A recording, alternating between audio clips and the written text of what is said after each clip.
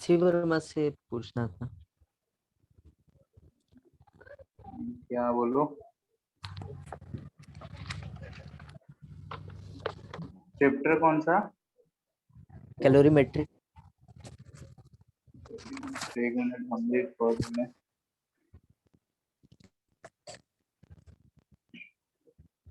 कौन सा चैप्टर है calorimetry? Chapter 25। Third?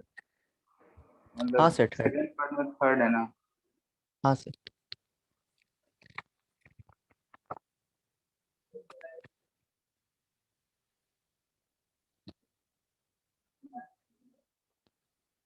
Page number 47 sir.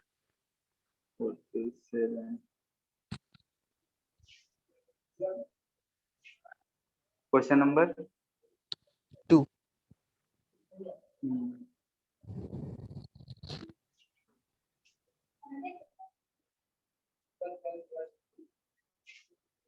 हाँ, तो इसमें क्या दिक्कत हुआ? बोलो। सर आंसर नहीं आ रहा। जो हम लोग आइस वाटर वाला क्वेश्चन किया था ना, वैसा ही कह रहा है कि 100 ग्राम जो है फर्नेस में बहुत देर तक रखते हैं, then put in calorimetry of water.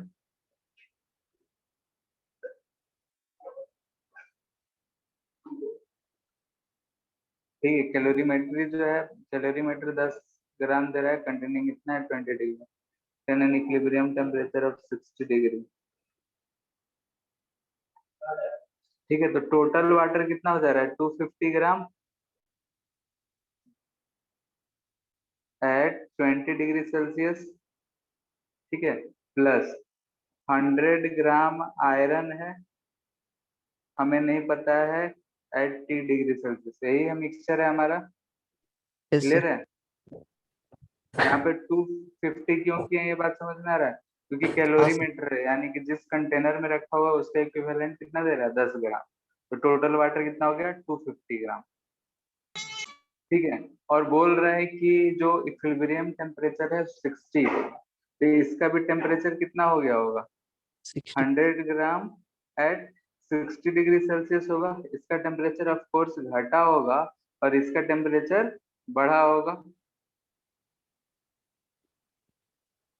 ठीक है, तो यहाँ से डेल्टा Q2 हमें मिल जाएगा कितना? 250 जूल में दे रखा है, किसमें दिया है? तो जूल में यस इसमें सर, हम क्या जूल। लिखेंगे? 4.18, यानी कि 41860 लेते हैं। ठीक है, या फिर 4200 कैलकुलेशन के लिए, आसान कैलकुलेशन के लिए कितना यूज कर सकते हैं? S of water. ठीक है ना, 1 कैलोरी पर ग्राम पर डिग्री सेल्सियस। यस इसे सर। अगर हम जूल में लिखेंगे तो कितना हो जाएगा? 4200 हो जाएगा, नीचे केजी आ जाएगा, डिग्री सेल्सियस यहाँ जूल हो जाएगा।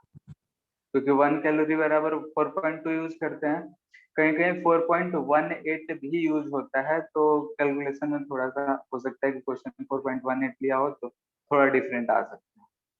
इंटू 40 होगा, और यहाँ लिखेंगे तो क्या लिखेंगे? 100 इंटू ग्राम में, तो डिवाइड बाई 1000, यहाँ भी है डिवाइड बाई 1000, इंटू यहाँ पे आ जाएगा 470, इंटू जो भी हीट लॉस हुआ है वो कितना हुआ होगा? T-60।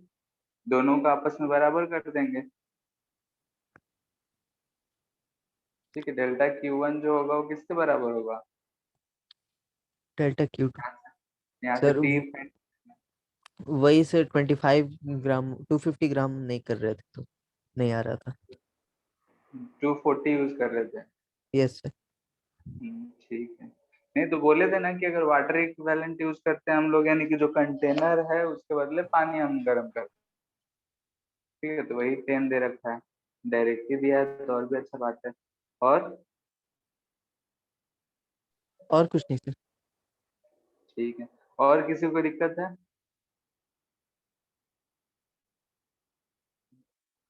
नहीं। ठीक है, फिर हम लोग कहाँ तक पढ़े थे?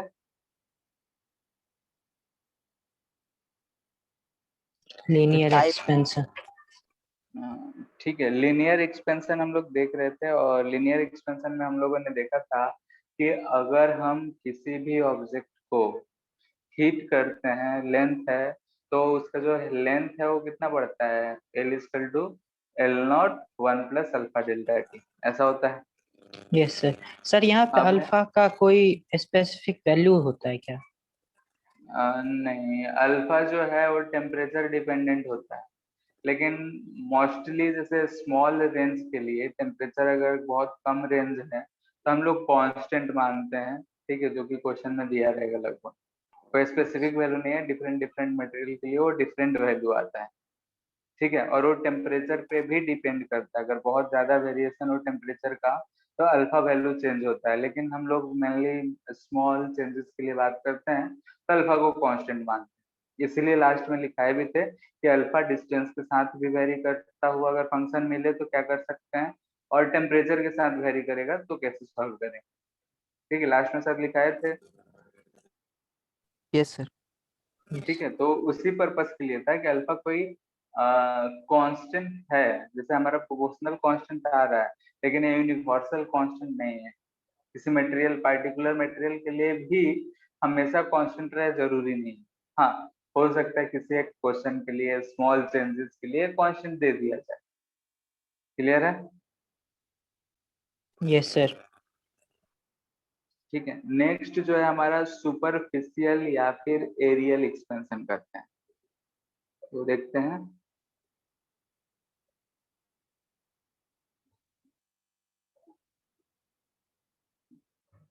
ठीक है, सुपरफिशियल एक्सपेंशन, सुपरफिशियल एक्सपेंशन या फिर एरियल। इसमें क्या होगा कि अगर हमारे पास कोई भी एक, मान लेते हैं कि मटेरियल है, ठीक है, कोई सा भी अगर हम मान लेते हैं कि हमारे पास मटेरियल है, अगर हम उस हीट करेंगे तो उसका पूरा का पूरा जो एरिया है वो बढ़ेगा। जैसे मटेरियल का शीट हो गया, तो हम लेट से हम ऐसा एक अपने समझने के लिए एक रेक्टेंगुलर शेप का ले रहे हैं कि ऐसा हमारे पास एक शीट है, प्लेट से लोहा का ही प्लेट हो या कुछ भी है, थिन शीट। अगर हम इसे हीट करेंगे तो हम ये मान के चल रहे हैं कि ये चारों तरफ से सेम तरीके से फैल रहा है, तो कुछ देर के बाद हमें क्या मिलेगा कि इसके डायमेंशंस ऐसे बढ़ते हुए नजर आए होंगे, यस सर। चारों तरफ से फैलेगा।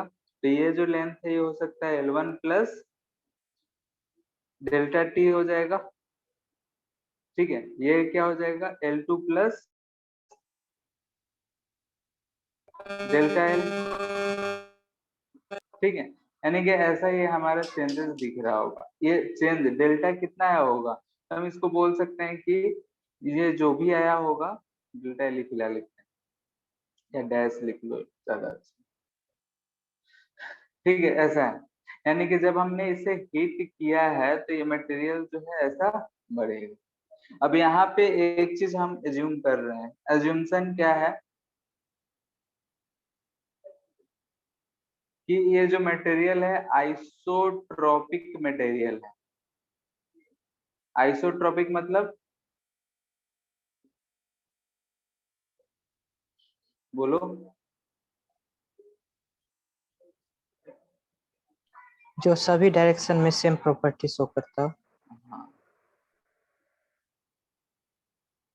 ठीक है, यानी कि किसी भी डायरेक्शन की बात करेंगे तो जो हमारा प्रॉपर्टी होगा सेम तरीके से यहाँ पे चेंज होगा। आइसोट्रोपिक हम उसी को बोलते हैं कि कैसा भी किसी भी डायरेक्शन कहीं भी सेम तरीके का बिहेवियर शो करे। तो यहाँ पे हम मटेरियल आइसोट्रोपिक माने, यानी कि चारों तरफ से जो एक्सपेंशन हो हम सिमिलर माने। एनआइसोट्रोपिक भी हो सकता है, जनरली एनआइसोट्रोपिक ही होता है, क्योंकि अगर हम किसी लोहे के चादर को हीट करते हैं तो चारों तरफ से हमें बराबर एक्सपेंड होता हुआ नहीं दिखता है, किधर ज्यादा एक्सपेंड हो जाता है, कहीं कुछ हो जाता है। खैर, हम यहाँ पे थ्योरेटिकली आइसोट्रोपिक मटेरियल ही मानेंगे, यानी कि एक्सपेंशन जो होगा हर डायरेक्शन में सेम हो। सो यहाँ पे अगर हम देखें तो L1 डैश की बात करें तो हम इसे क्या लिख सकते हैं, L1 1 plus alpha delta t, ठीक है। और L2 को क्या लिख सकते हैं हम, L2 1 plus alpha delta T. Clear है?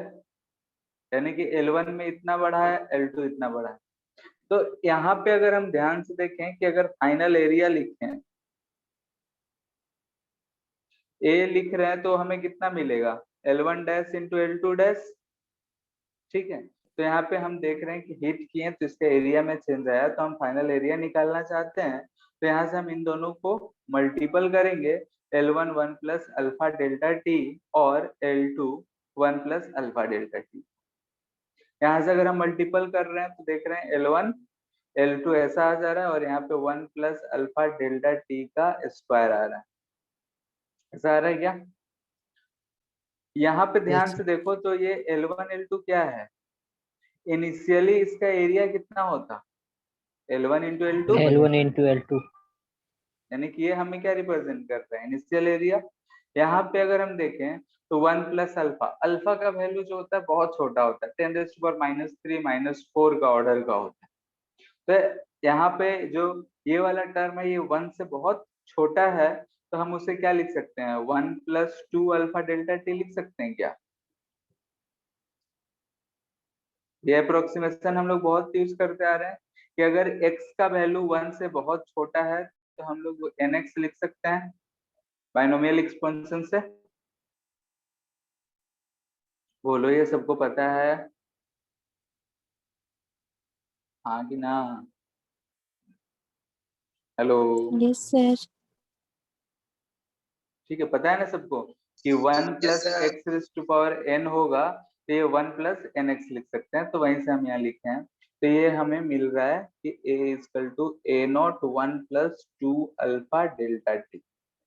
इसे हम लोग थोड़ा सा चेंज कर देते हैं, ऑल्सो ऐसे लिखते हैं a equal to a nought 1 plus beta delta T लिख देते हैं। यहाँ पे अगर हम बीटा की बात करें तो यहाँ पे बीटा हमें क्या दिख रहा है, 2 अल्फा। ठीक है, यस बीटा को हम लोग बोलते हैं कोएफिशिएंट ऑफ एरियल एक्सपेंशन।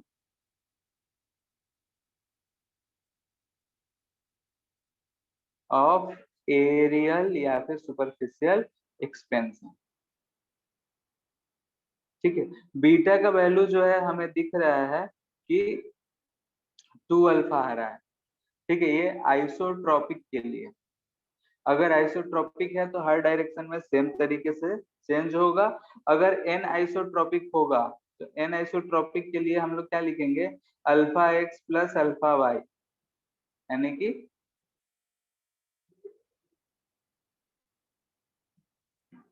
अगर एन आइसोट्रोपिक यानी कि डिफरेंट डिफरेंट डायरेक्शन में डिफरेंट डिफरेंट सिचुएशन से गुजर रहा होगा, डिफरेंट डिफरेंट हमारा एक्सपेंशन वैल्यू दे रहा होगा, तो उस समय बीटा का वैल्यू हम लोग लिखेंगे alpha X plus alpha Y.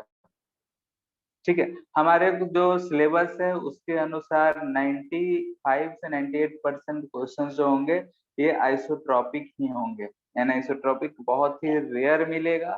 फिर भी ध्यान रहे कि अगर एन आइसोट्रॉपिक दे रखा हो तो हम ऐसे यूज करेंगे। क्लियर है? यस नेक्स्ट है हमारा वॉल्यूम एक्सपेंशन। हम लोग देखे थे कि जब भी हम हीट करते हैं किसी भी मटेरियल को, तो एक वायर है उसे हीट करेंगे तो हमें उसका लेंथ चेंज होता हुआ दिखेगा। उसका जो थिकनेस है वायर का उसे हम नेग्लेक्ट कर सकते हैं क्योंकि बहुत ही पतला थिकनेस है, अब उसमें चेंज जो है नेग्लिजिबल आता है, तो इसलिए हम लोग उसे नेग्लेक्ट कर देते हैं। वैसे ही अगर हम थिन शीट को हीट कर रहे थे तो थिन शीट में उसका भी थिकनेस बहुत कम था और वो एक्सपेंड कर रहा है, तो हम लोग उस केस में भी मोस्टली जो एरिया चेंज है उसे ही कंसिडर करते हैं। अब यहाँ पे थर्ड है वॉल्यूम एक्सपेंशन। वॉल्यूम है यानी कि पूरा का पूरा जो मटेरियल है वही एक्सपेंड करे, यानी कि अगर हम बात करते हैं कि दूध है उसे गर्म करें या फिर कोई भी बॉल है उसे हम गर्म करते हैं, तो अगर एक्सपेंड कर रहा है तो ना तो उसका कोई लेंथ में एरिया में पूरा वॉल्यूम में बढ़ रहा है। ठीक है, अगर लंबाई की बात करेंगे, क्यूब है तो लंबाई बात करेंगे तो भी बढ़ रहा होगा, एरिया की बात करेंगे तो ऑफकोर्स एरिया भी बढ़ रहा है, ओवरऑल वॉल्यूम भी बढ़ रहा है। तो खैर हम इसमें वॉल्यूम एक्सपेंशन की बात करते हैं, और सिंप्लिसिटी के लिए हम ऐसे क्यूबॉइड ही एक ले रहे हैं, ठीक है। ऐसा एक क्यूबॉइड ले रहे हैं ताकि हम इससे समझ सके कि हाँ मेरा डायमेंशन कैसा चेंज हो रहा है। यहाँ पे अगर हम ध्यान से देखें तो इसका डायमेंशन ये L1 है, ये L2 है, और ये जो लेंथ है L3, ये 3 डायमेंशन है। अगर हम इसे हीट करते हैं तो क्या होगा कि इसके डायमेंशंस जो है ऐसा कुछ चेंज हो जाएगा। ये जो L3 था वो L3 डैश हो जाएगा, L1 जो था L1 डैश हो जाएगा, और ये जो L2 है वो L2 डैश हो जाएगा। यानी कि सारे जो डायमेंशंस हैं सब में चेंजेस आएंगे, ठीक है।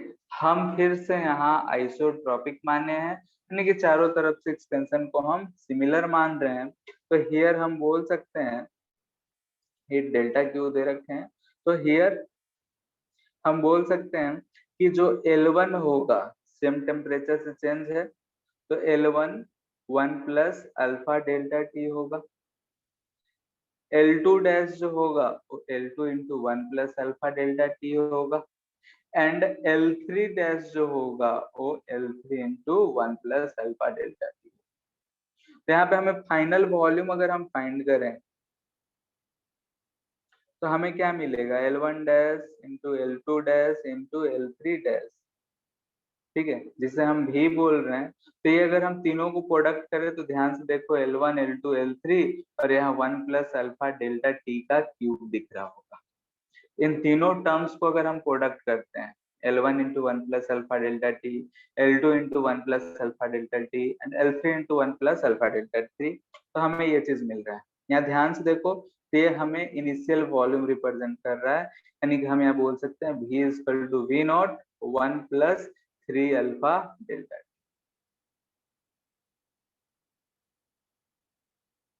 क्लियर है?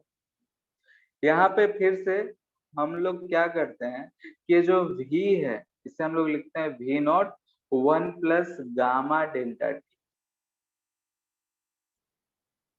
ठीक है, और गामा को बोलते हैं हम लोग volumetric coefficient of volume expansion, coefficient volumetric expansion.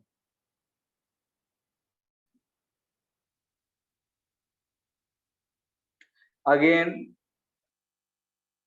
ठीक है, जैसा कि हम बीटा का बात कर रहे थे वैसा ही बोल रहे हैं, इसका वैल्यू जो है यहाँ पे 3 अल्फा के बराबर है जब मटेरियल कैसा होगा, आइसोट्रॉपिक होगा। अगर n आइसोट्रॉपिक है तो इसमें हम लिखेंगे alpha X plus alpha Y plus alpha Z. 3 direction है, ये तीनों डायरेक्शन में फैल रहा है तो 3 डायरेक्शन,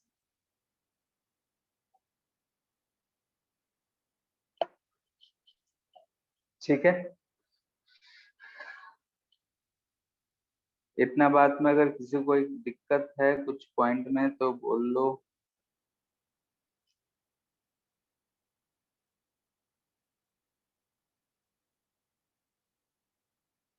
बोलो। No sir. ठीक है, आइसोट्रॉपिक मटेरियल के लिए हम देख रहे हैं कि अल्फा और बीटा और गामा में क्या रिलेशन है, बताओ।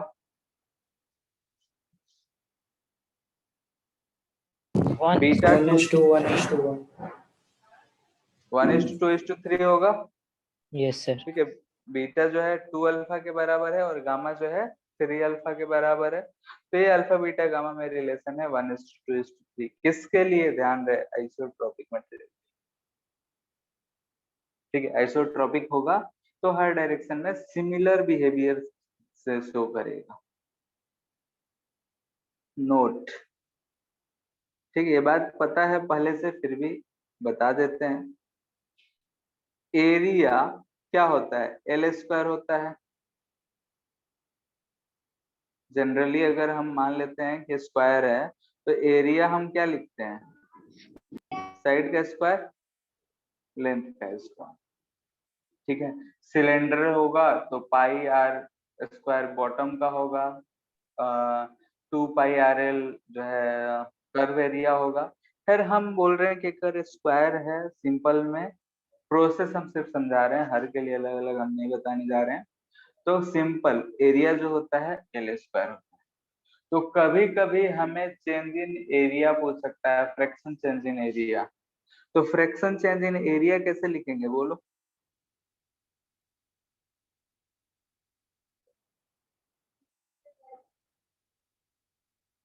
डीए बाई ए होगा, ठीक है। एरर में हम लोग पढ़े हैं किसे हम 2l बाई एल लिख सकते हैं, ठीक है। यानी कि परसेंटेज चेंज इन अगर लेंथ दे रखा हो और परसेंटेज चेंज इन एरिया निकालना हो तो हम ये चीज यूज कर सकते हैं, इसको कोई दिक्कत। वॉल्यूम जो है ये होता है एल क्यूब, यहाँ से हम डेल्टा वी बाई वी क्या लिख सकते हैं?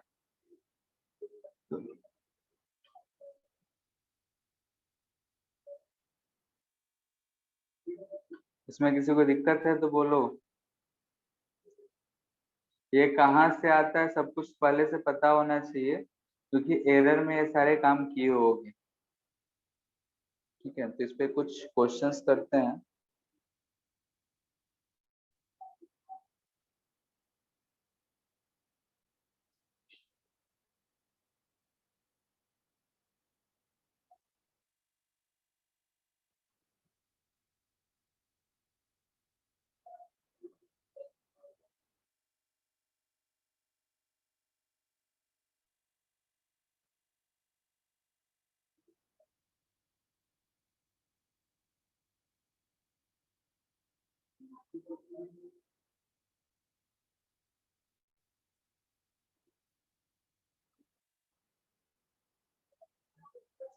ठीक है, ये फाइंड करो।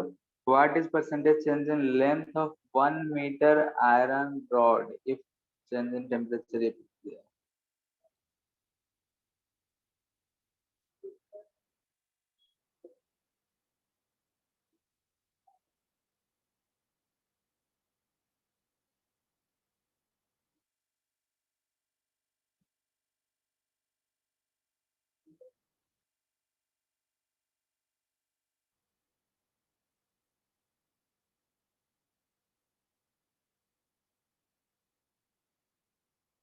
हो गया।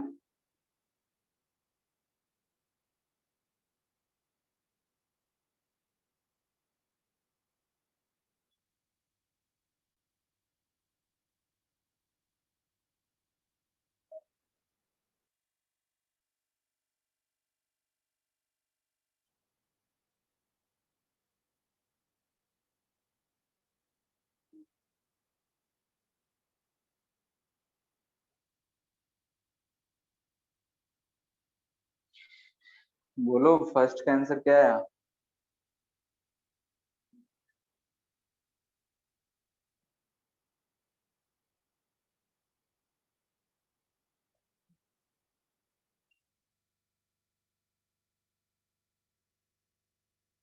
Hello. 1 plus 2 into 10 to the power minus 3. पहला का नहीं, हमें क्या पूछ रहा है? Percentage change. हम लोग क्या जानते हैं, सिंस एल जो फाइनल चेंज इन लेंथ लिखते हो क्या मिलता है? Sir alpha delta 0.04। 0.2% दे रखा है आंसर।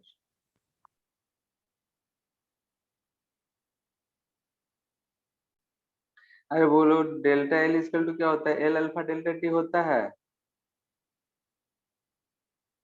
Yes, sir. ठीक है। या फिर एल इक्वल टू, शुरू में तो हम लोग ये लिखे थे delta equal to L alpha delta T, बाद में ही हम उसे वेरी करके L equal to L nought 1 plus alpha delta T लिखे थे, ठीक है। तो हमें पूछ रहा है परसेंटेज चेंज, तो परसेंटेज चेंज क्या पूछ रहा है? यही तो पूछ रहा है हमसे, ठीक है। यानी कि हमें क्या मिलेगा? Delta L by L not जो हमें मिलेगा वो अल्फा डेल्टा टी इंटू 100 हमसे पूछा जा रहा है, बस पुट कर देना है। अल्फा कितना है तो 2 × 10⁻⁻5, डेल्टा टी 100 इंटू 100 पहले से है, ये हमें 0.2% दिख रहा है, बस।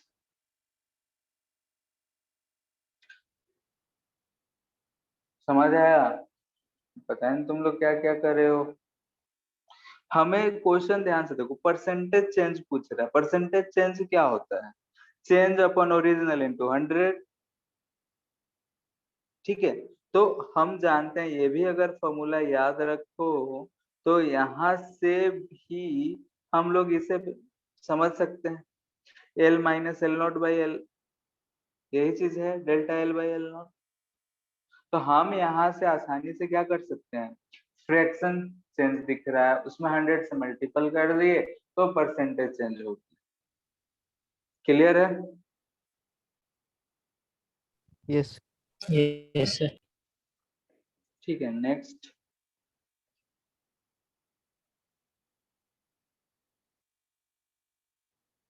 ये सब सवाल तो हम सोचते हैं कि तुम लोग ऐसे ही सोल्व कर लोगे।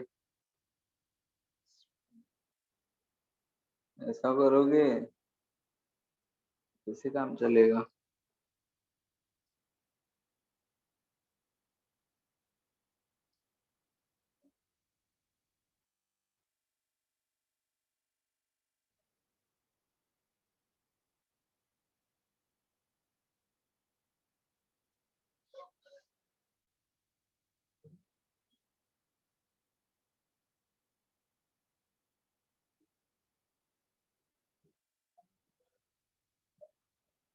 एक डायलॉग था, कौन सा,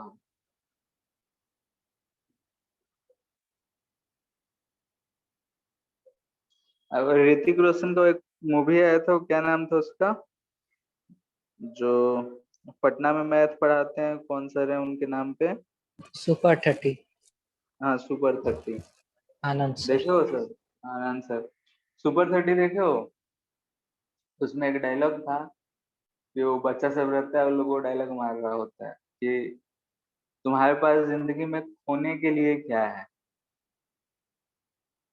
ठीक है, अभी स्टूडेंट लाइफ में हो, तुम्हारे पास है ही क्या है? जो कुछ है तुम्हारे पापा पेरेंट्स के हैं। ठीक है, अपने पास जो भी चीज आएगा वो तो खुद करना है। ठीक है, तो डायलॉग अगर देखो तो बढ़िया बात है, उसे सीखने को भी सोचो। कहने का मतलब सिर्फ इतना है कि आज के लाइफ में, आज के डेट में तुम्हारे पास क्या है? बस पहनने खाने रहने सब चीज पापा कर रहे हैं, घर वाले कर रहे हैं। तुम्हारा अपना क्या है? आगे तुमको भी करना है, तो कैसे करना है? ठीक है, अभी तुम क्या खो सकते हो? कुछ नहीं। लेकिन पाने के लिए क्या है तुम्हारे पास? बहुत चीजें, आगे पूरा लाइफ पड़ा हुआ है। ठीक है, अगर कुछ अच्छा करते हो तो जिंदगी भर तुम्हारे नाम लेंगे लोग। लेकिन कुछ नहीं करते हो, पान की दुकान खोलोगे तो लोग पान खाने आएंगे, फिर तुम्हारी बातें करेंगे। ठीक है, तो तुम्हारे ऊपर है कि क्या करना चाहते हो। अगर पढ़ रहे हो तो मन से पढ़ो, मेहनत से पढ़ो और कुछ करो। लगन होना चाहिए।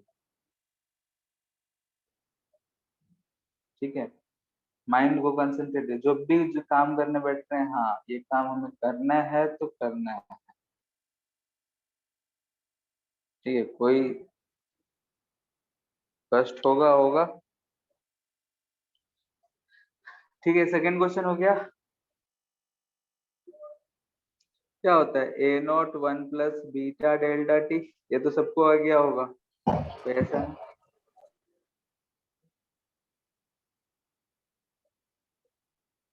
डेल्टा टी कितना आएगा? 100। 100 डिग्री सेल्सियस। ठीक है, इसे सॉल्व करके कितना आ रहा है? 2.004।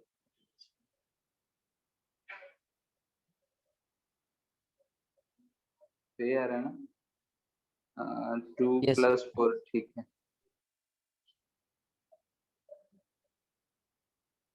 ऐसा ऐसा क्वेश्चन रहता है इसमें। हाँ, हमने यहाँ पे फिगर बना दिया है तो एक लाइन में हो गया है। जब वो क्वेश्चन लिखा रहेगा, सारा वैल्यू दिया रहेगा, तो कम से कम जब तुम पढ़ने जाओगे बुक में इसमें, तो 4 लाइन 5 लाइन हो जाए। इतना लंबा क्वेश्चन ही हो जाता है कि लोग छोड़ देते हैं, पढ़ते नहीं। ठीक है, लेकिन क्वेश्चन बहुत ही आसान होता है।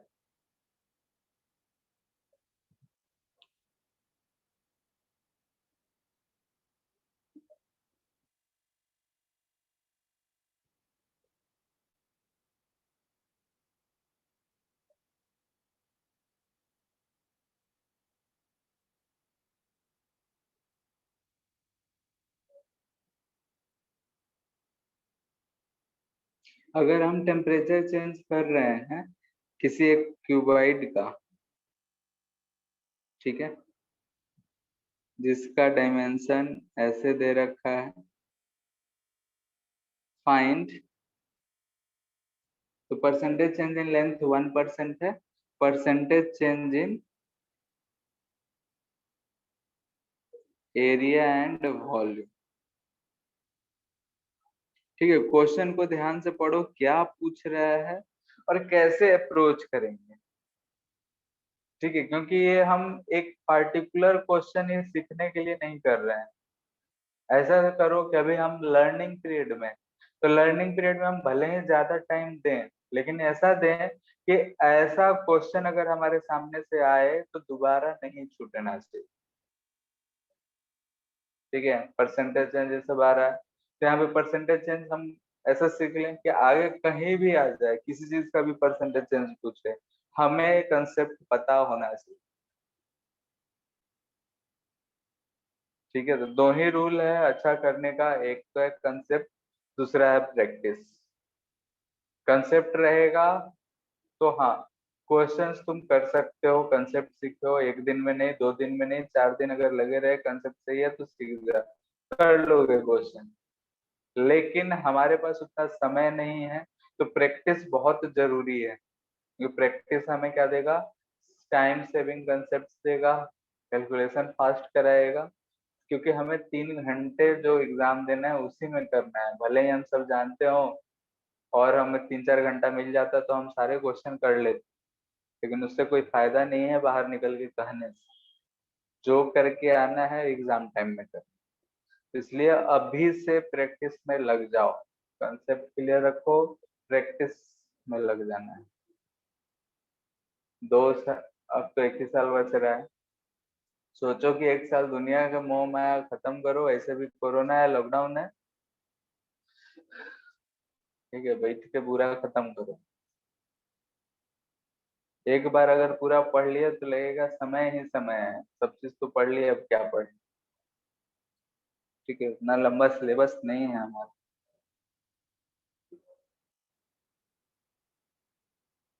हो गया।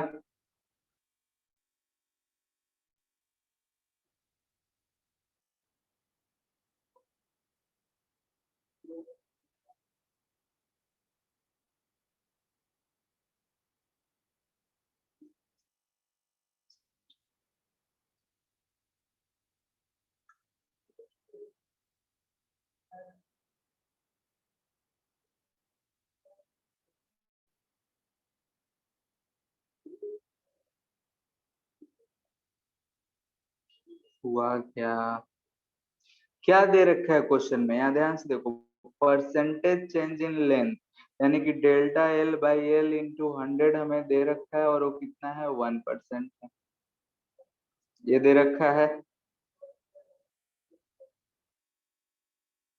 ठीक है, सवाल पढ़ रहे हैं तो हमें क्या दे रखा है, परसेंटेज चेंज इन लेंथ यानी delta L by L into 100 1% दे रखा है। अब पूछ रहा है परसेंटेज चेंज इन एरिया, तो परसेंटेज चेंज इन एरिया जो होगा हमारा delta A by A into 100 होगा, ये वैल्यू कितना आएगा। तो सिंस हम जानते हैं कि डेल्टा ए जो होता है ए इंटू बीटा डेल्टा टी होता है, किसी को कोई दिक्कत इसमें, तो यहाँ से हमें क्या दिख रहा है कि delta A by A equal to beta delta T. Clear है इतना, बोलो। Yes sir. Yes sir. ठीक है, तो यहाँ बीटा डेल्टा टी इंटू 100 ही हमसे पूछा जा रहा है। ठीक है, अब हम कैसे निकालें। ठीक है, क्वेश्चन पढ़े, ये दे रखा है, हमें ये फाइंड करना था, अब इसमें हम कैसे जाएं। तो यहाँ पे अगर हम एक चीज और लिखना चाहते हैं तो ये और कुछ नहीं बल्कि ये अल्फा डेल्टा टी इंटू 100 ही तो है, कह सकते थे ना कि यहाँ पे ये जो वैल्यू दे रखा है ये और कुछ नहीं बल्कि alpha into delta T into 100 दे रखा है, क्योंकि डेल्टा एल बाई एल क्या होता है, अल्फा डेल्टा टी होता है। और हम जानते हैं कि बीटा का वैल्यू 2 अल्फा होता है, तो इसे हम लिख सकते थे 2 अल्फा डेल्टा टी इंटू 100। अब आराम से देखो, तुम्हें दिख रहा है कि ये कितना दिख रहा है, 2% दिख रहा है क्या।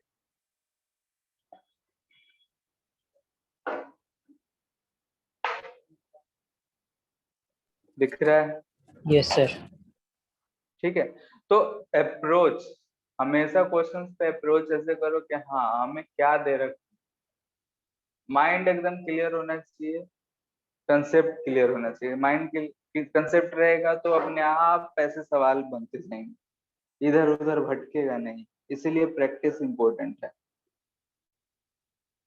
डेल्टा वी बाई वी के लिए आप बता सकते हो, तुम लोग बोलो, हम लिखते हैं 3%. 3%। यहाँ पे हम क्या लिख सकते हैं, gamma delta T into 100, gamma हम जानते हैं 3 अल्फा होता है इंटू 100, यहाँ पे इसका वैल्यू 1 दे रखा है तो यहाँ में डायरेक्टली 3%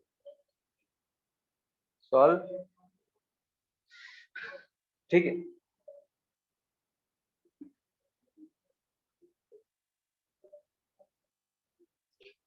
अब इसी के एप्लीकेशंस देख रहे हैं।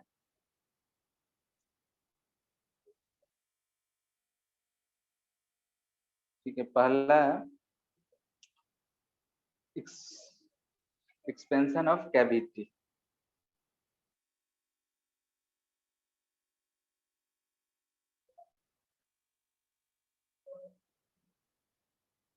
कैविटी क्या होता है पता है?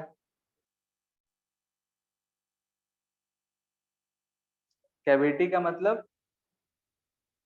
खोखला, खाली जगह। यस। ठीक है, यानी कोई भी अगर मटेरियल है उसमें अगर कैविटी यानी कि खाली जगह रह जाती है तो हम बोलते हैं उसमें कैविटी है। दांत है उसमें खोखला बन जाता है, उसे बोलते हैं कि दांत में कैविटी बन गया है। ठीक है, तो कैविटी एक्चुअली में क्या होता है, खाली जगह। जैसे अगर हम मान लेते हैं कि ऐसा कोई प्लेट ले रखे हैं, यहाँ से ये वाला कट करके निकाल लेंगे, तो हम बोलेंगे कि वो इस प्लेट का कैविटी बन गया है। हो सकता है कि हम रसगुल्ला है और बीच का कोई काट के खा गया है किसी तरीके से, ऊपर से फिर चिपका दिया है, जब हम रसगुल्ला खाने जाएंगे तो अंदर हमें क्या मिलेगा, कुछ नहीं। ठीक है, तो क्या है कैविटी। तो उसी के एक्सपेंशन के बारे में यहाँ पे हम लोग चर्चा करेंगे। बहुत ही सिंपल सा कंसेप्ट है, तो उसे हम सीखते हैं। तो उससे पहले हम कुछ सवालों के जवाब चाहेंगे, सोच के समझ के जवाब देना है, क्योंकि इसमें न्यूमेरिकल नहीं बनेगा, थ्योरेटिकल ही बनता है। यहाँ पे हम मान लेते हैं कि कोई भी प्लेट है और इस प्लेट पे ऐसे 2 पॉइंट्स दे रखे हैं।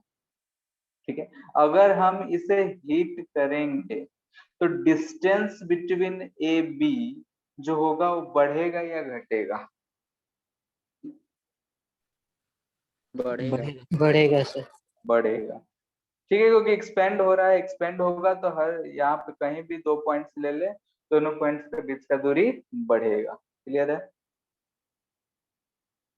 अगर हम लेट से कि ऐसा रहता, सर्कल है, इसका ये रेडियस आर है, यहाँ पे 2 पॉइंट्स ए और बी है। अगर इस केस में हम हीट करें तो डिस्टेंस बिटवीन ए बी और रेडियस में क्या इफेक्ट पड़ेगा? दोनों बढ़ेगा, घटेगा या सेम रहेगा?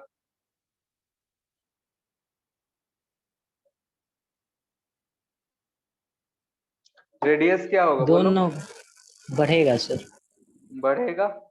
ए बी भी बढ़ेगा, ऑफ कोर्स एरिया बढ़ेगा तो दोनों पॉइंट्स का डिस्टेंस भी बढ़ेगा।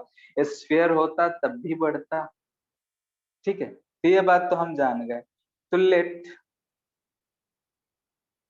हमारे पास एक ऐसा मेटल प्लेट था, ठीक है, इसमें से हमने इतना पोर्शन जो है ये कट करके निकाल ली, यानी कि ये जो है हमारा क्या है, कैविटी है। ठीक है, यानी कि वहां पे हमारे पास मेटल नहीं है। अब हम बोल रहे हैं कि इस पे 2 ऐसे पॉइंट्स हैं ए और बी, और ये हम डिस्टेंस बोल रहे हैं एल ए बी। अब अगर हम इसे हीट करेंगे तो एल ए बी में क्या फर्क पड़ेगा? घटेगा। घटेगा। और किसी का कोई ऑप्शन?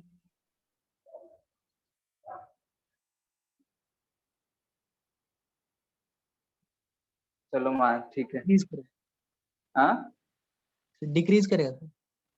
सबका यही आ रहा है, देखते हैं। यहाँ पे हम मान लेते हैं कि ये हमारे पास सेम डायमेंशन का ये मटेरियल था। इसमें से हमने ये जो भी रेडियस का है ये गोला ऐसा निकाला था, ठीक है। तो ये हमारा ये गोला हो गया, यानी कि हम इसी को ऐसे दो पार्ट में कर रहे हैं, ये माइनस कर दिए। अब अगर हम इन दोनों को हीट करते हैं, ठीक है, अगर हम इस दोनों को हीट करेंगे, हीट करने के बाद, ठीक है, ये जो गोला है यहाँ पे अगर इतने पोर्शन से हमको निकालना है तो हमने पहले अगर हीट किया तो सारा एक्सपेंड किया होगा, अलग से निकाल के हीट किया तो ये भी एक्सपेंड किया होगा। यानी कि हम इस पे अगर सिर्फ ऐसा निशानी बना के छोड़े होंगे और बाद में इसे रखेंगे तो क्या ये इस पे कवर कर लेगा? जैसे कि हम यहाँ पे कट सर नहीं दोनों करें। को हिट कर रहे हैं।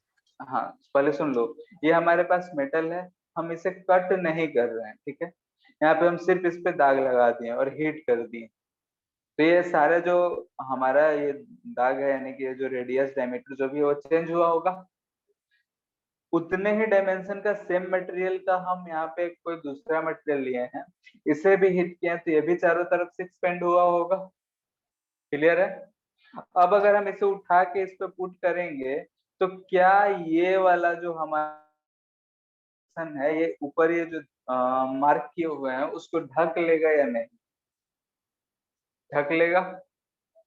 यस बात समझ आ रहा है क्या कहना चाह रहे हैं?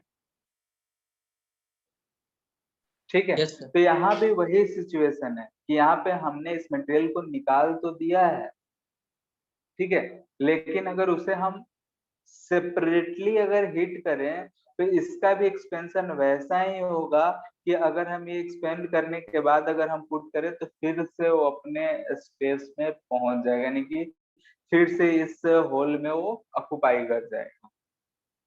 अगर हीट करने से इस होल का डायमीटर घटता, यानी एबी का डिस्टेंस घटता, तो ये जो है हमारा ये एक्सपेंड हो रहा है ये गोला, ये उसमें जाके फिट नहीं बैठता, ठीक है।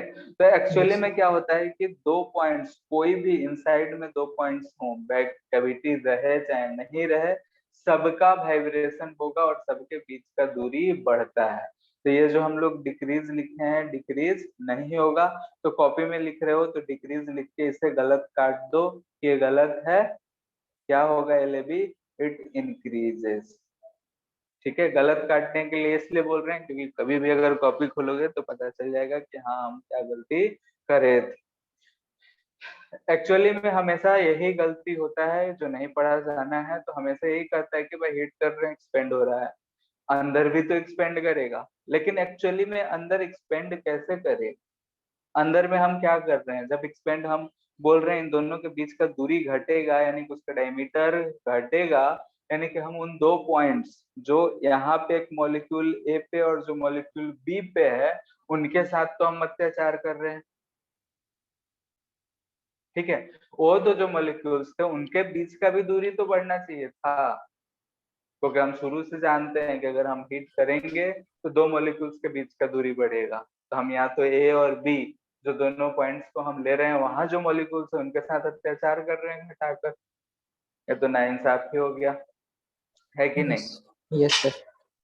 ठीक है। तो इस चीज को हमेशा ध्यान रखना है कि कैविटी का डायमेंशन भी इंक्रीज करेगा, यानी कि दिस इंप्लाइज दैट कि ऑन हीटिंग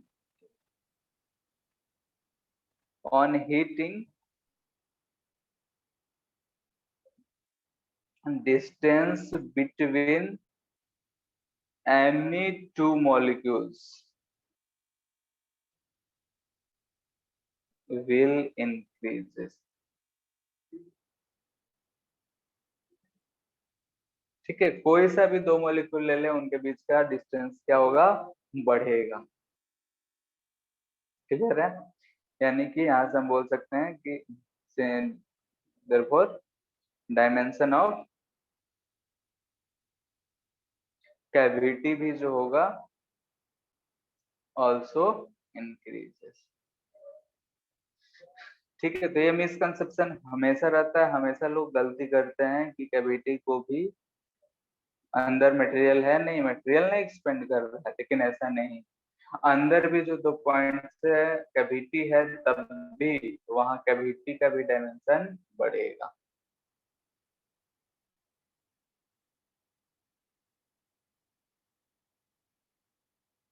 मान लेते हैं कि हमारे पास एक ऐसा मटेरियल है, ठीक है, यहाँ पे 2 कैविटी है, दोनों का रेडियस R1 है, इसका R2 है, ये ऐसा है।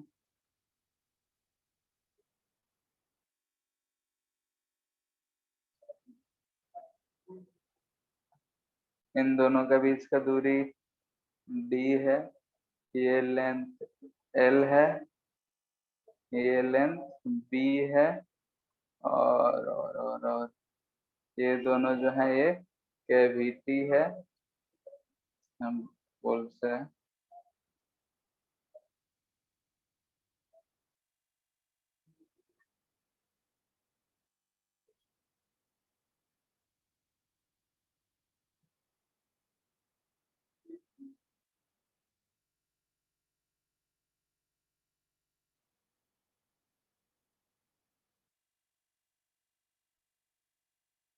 ठीक है, बोल रहे हैं कि इन पांचों में से कौन सा डायमेंशन बढ़ेगा, कौन सा घटेगा, बताओ।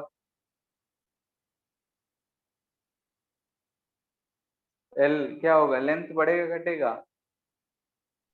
बढ़ेगा। बढ़ेगा। ब्रेड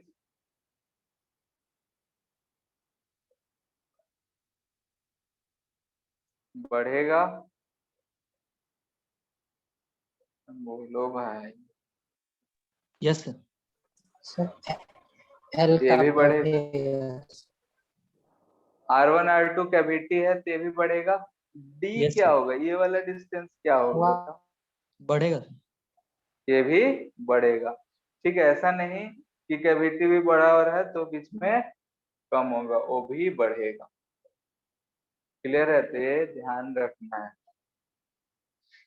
अंदर कोई सा भी पॉइंट रहे सबका बढ़ना ही बढ़ना है।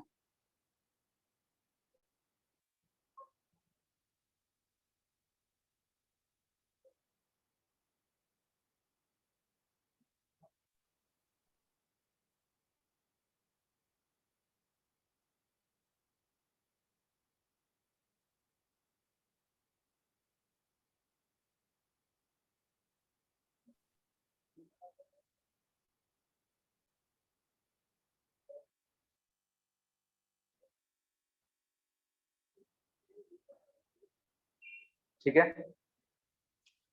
मान लेते हैं कि हमें कुछ मेजर करना है, ठीक है, तो हम स्केल से मेजर करते हैं। मान लेते हैं कि तुम्हारा कोई फ्रेंड है, वो अमेरिका में रहता है, वहां से तुमने कुछ भी मंगाया है, ठीक है, बोलोगे कि वहां भाई भेज देना, 1 मीटर का ये चाहिए, 1 मीटर का रॉड या कुछ चाहिए, भेज देना, तो वहां से वो लेके आ जाएगा। अब चूंकि वहां का टेम्परेचर मान लेते हैं कम है, यहाँ गर्मी है बहुत ज्यादा है, तो वहां से यहाँ आने में टेम्परेचर डिफरेंस होगा, तो मटेरियल एक्सपेंड कर सकता है। यस बात सर। समझ में आ रहा है?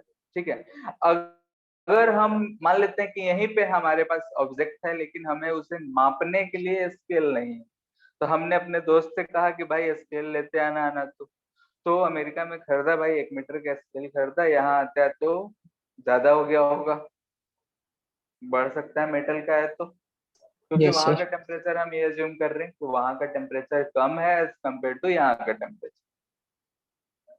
ठीक है, तो हम जो मेजर करेंगे ऐसे केसेस में तो गड़बड़ हो जाएगा। ठीक है, नहीं कि वहां का मेजरमेंट कुछ और, यहाँ का मेजरमेंट कुछ और, तो वही है, उसी का इफेक्ट हम लोग देख रहे हैं यहाँ पे कि क्या इफेक्ट होगा। तो इसके हम 3 केसेस में डिवाइड कर रहे हैं, फिर उस केसेस को हम लोग जनरलाइज करेंगे, धीरे धीरे करके समझते हैं। तो हम बोल रहे हैं कि केस 1 कि हमारे पास स्केल था, बोले कि भाई सामान तुम लेकर आ जाओ, हम यहाँ नाप लेंगे, ठीक है, यानी कि ओनली ऑब्जेक्ट एक्सपेंड, ठीक है, सिर्फ ऑब्जेक्ट ही एक्सपेंड करा होगा, स्केल जैसा था वैसा ही अभी भी है। तो यहाँ पे हम देख रहे हैं कि टी नॉट यानी कि जो भी इनिशियल टेम्परेचर है उस पे हमारा ऑब्जेक्ट जो है ऐसा कुछ लेंथ का है। यहाँ को पे हम इसको मेजर करने के लिए यहाँ पे एक स्केल लगा कर, अब चूंकि स्केल में कोई भी चेंज तो आ नहीं रहा है तो हम बोल रहे हैं कि इतना लेंथ का है भाई, 2.5 या समथिंग कुछ होगा, 2 से ज्यादा। इसी मटेरियल को अगर हम T not plus delta T यानी कि कुछ टेम्परेचर बढ़ा देंगे तो ये मटेरियल कुछ ऐसा एक्सपेंड कर गया होगा,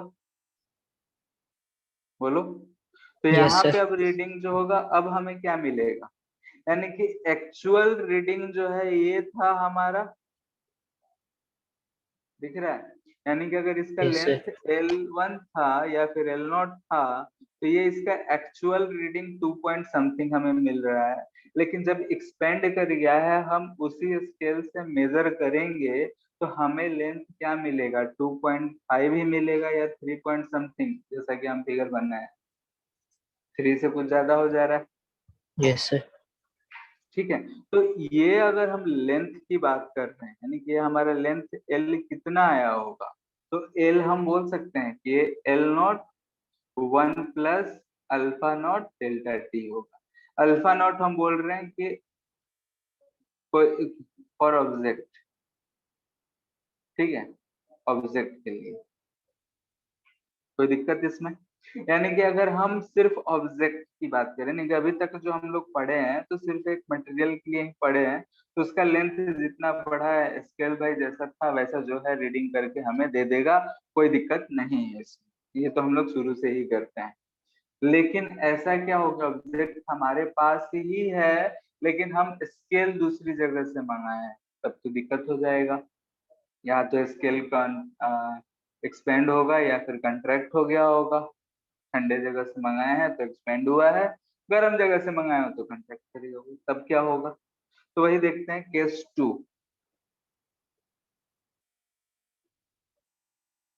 ओनली स्केल जो है वो एक्सपेंड करे, ठीक है, यानी कि ऑब्जेक्ट हमारा भाई जितना था उतना ही लेंथ का अभी भी है, टी नॉट टेम्परेचर। यहाँ पे हमारे पास ये स्केल था, इस स्केल से हमने मेजर किया था, तो लेट से ये 1 2 3 आ रहा है, ठीक है, ऐसा आ रहा है, ये टी नॉट टेम्परेचर। अगर हमने टेम्परेचर बढ़ा दिया तो क्या होगा, स्केल जो है एक्सपेंड कर रहा है, यहाँ पे ये जो है एक्सपेंड नहीं कर रहा है, तो 1 कुछ यहाँ पे आ जाएगा, 2 कुछ यहाँ पे आ जाएगा, 3 कुछ यहाँ पे आ जाएगा, रीडिंग हमें यही मिलेगा 2 पॉइंट समथिंग, यानी कि ये जो वैल्यू होगा ये हमारा लेंथ जो है यही हमारा क्या होगा, मेजर्ड वैल्यू होगा, Yes, sir. ठीक है, यानी कि जो हमारा ओरिजिनल लेंथ है वही क्या मेजर होगा क्या, पहले No, अगर sir. हमने देखा तो L नॉट 3 यूनिट था लेकिन अभी क्या है 2 पॉइंट समथिंग यूनिट, ठीक है, यानी कि जो हमारा मेजर्ड वैल्यू है, यानी कि इस केस में हमें दिख रहा है, साफ साफ दिख रहा है कि measured value is less than actual value,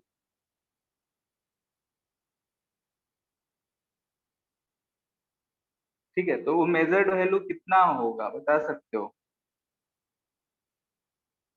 यहाँ पे स्केल एक्सपेंड कर रहा है तो उसके लिए हम अल्फा एस यूज करेंगे। तो यहाँ ध्यान से देखो, इसका ये वाला डिस्टेंस जो है ये वाला डिस्टेंस घट गया है, यानी कि 3 में से जो भी एक्सपेंड किया है वही हम घटा रहे हैं, तो हम इसे क्या लिख सकते हैं, ध्यान से देखो, L nought 1 minus alpha S delta T लिख सकते हैं, क्योंकि ये जो लेंथ होगा ये और कुछ नहीं L not alpha S delta T होगा, ठीक है, क्योंकि इतना ही तो एक्सपेंड किया है, Yes, total sir. Expansion L not plus Yes. L not alpha S delta T. तो यहाँ पे जो हम मेजर्ड वैल्यू की बात कर रहे हैं, यानी कि मेजर्ड वैल्यू ये बात कर रहे हैं, तो ये हमारा पहले से जो भी यूनिट था उसमें से इतना घटाएं तभी मिल रहा है, ठीक है, यानी कि इसलिए हम इसे ऐसा लिख सकते हैं एम भी इक्वल टू कितना आ रहा है, L nought 1 minus alpha S delta T. Alpha S लिख रहे हैं कि ये कोएफिशिएंट फॉर स्केल है, जो भी हम स्केल यूज कर रहे हैं उसका ये कोएफिशिएंट ऑफ थर्मल एक्सपेंशन। ठीक है, तो यहाँ पे हमें दिख रहा है कि मेजर्ड वैल्यू कम मिलेगा क्योंकि स्केल ही इलोंगेट हो गया है। जो सामान 1 मीटर का था अभी भी 1 मीटर ही है, लेकिन स्केल जो है 1 मीटर को आधा मीटर ही माप रहा है। क्लियर है? Yes sir. इन जनरल भाई हम सामान भी उससे मंगा लिए 1 मीटर का, उसको भरोसा था कि जब इंडिया में आएगा तो हम उससे झगड़ा करेंगे। क्यों? क्योंकि अगर हम रॉड मंगाए हैं लेफ्ट से 1 मीटर का, तो यहाँ आएगा तो हमें वो रॉड ज्यादा बोलेंगे कि ज्यादा कैसे ले लिया, हम तुमसे इतना ही मंगाए थे। तो क्या किया कि वहां से एक स्केल भी लेते हैं कि भाई हम इस स्केल से मेजर किए हैं, लेकर आ रहे हैं तुमको। ठीक है, यानी कि उस केस में क्या होगा कि अगर बोथ एक्सपेंड करे तो क्या होगा, बराबर न एक्सपेंड, बोथ बोले तो ऑब्जेक्ट भी एक्सपेंड करे और हमारा स्केल भी एक्सपेंड करे। ठीक है, ये सारे एप्लीकेशंस है, ये क्वेश्चन के फॉर्म में ही ज्यादा मिलते हैं, तो हम यहाँ पे थ्योरेटिकली ही बता देते हैं। ये टी नॉट टेम्परेचर पे था, यहाँ पे ये स्केल है लेट से 1 2 3। ठीक है, ये T not plus delta T पे अगर हम बता रहे हैं तो ये ऐसा एक्सपेंड कर गया है। हमारा स्केल जो है वो भी तो अब एक्सपेंड करा है, तो ऐसा है, ये 1 2 यहाँ 3। ठीक है, हमें रीडिंग जो मिलेगा वो क्या मिलेगा फाइनली, लेंथ भी बढ़ा हुआ है, स्केल भी बढ़ा हुआ है, तो ये जो लेंथ मिलेगा यही हमारा मेजर्ड वैल्यू मिलेगा। अगर हम इस स्केल से इस ऑब्जेक्ट को मेजर करेंगे तो हमें यही रीडिंग मिलेगा।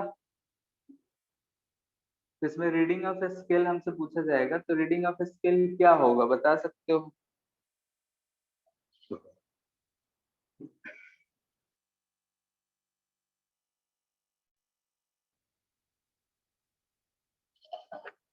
बोलो, ये डिस्टेंस कितना होगा बता सकते हो, यानी कि स्केल में कितना एक्सपेंशन हुआ होगा, तो L nought 1 plus alpha S delta T होगा क्या? Yes sir. ठीक है, ये वाला अगर डिस्टेंस की बात करें यानी कि इसमें, तो ये क्या हमें L nought 1 plus alpha object delta T मिलेगा क्या? Yes sir. ठीक है, ये जिस दो लेंथ हमें दिख रहा है, हमें फाइंड क्या करना है भाई, मेजर्ड वैल्यू। मेजर्ड वैल्यू कितना होगा बताओ, देखो समझो और बताओ।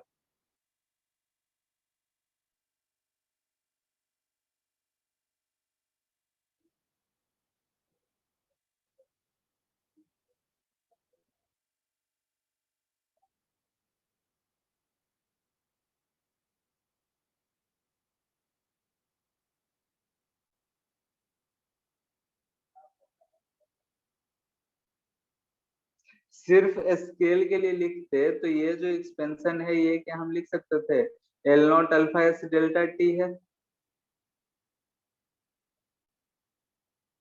ठीक है, तो टोटल एक्सपेंशन यानी कि हम इसमें कैसे लिखेंगे, L nought 1 plus alpha delta T minus alpha S delta t. ठीक है, यानी कि एल नॉट 1 प्लस यहाँ alpha not minus alpha S delta t, ये हमारा मेजर्ड वैल्यू हो। ठीक है, यानी कि ऊपर हमने देखा कि सिर्फ अगर एक्सपेंड करता रॉड तो 1 plus alpha delta T, scale भी कर रहा है तो जितना भी स्केल एक्सपेंड कर रहा है उसे हमको घटाना पड़ेगा, तो घटाना पड़ेगा तो इसलिए हम minus alpha S delta T use कर रहे हैं।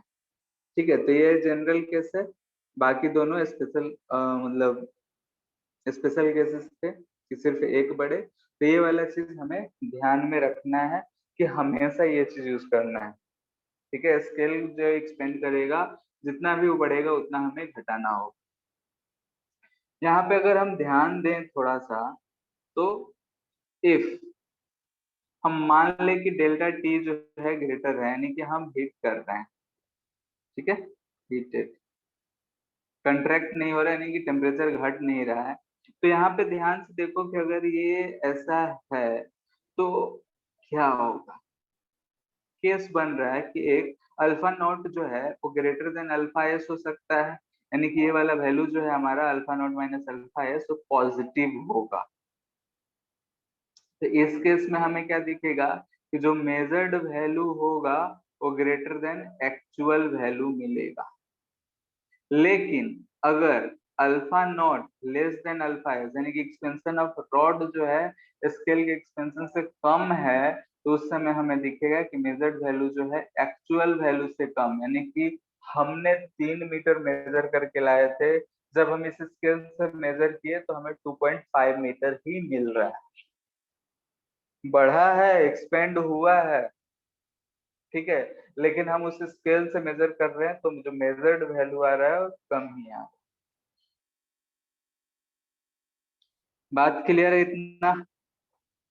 Sir alpha not final coefficient है स्केल का।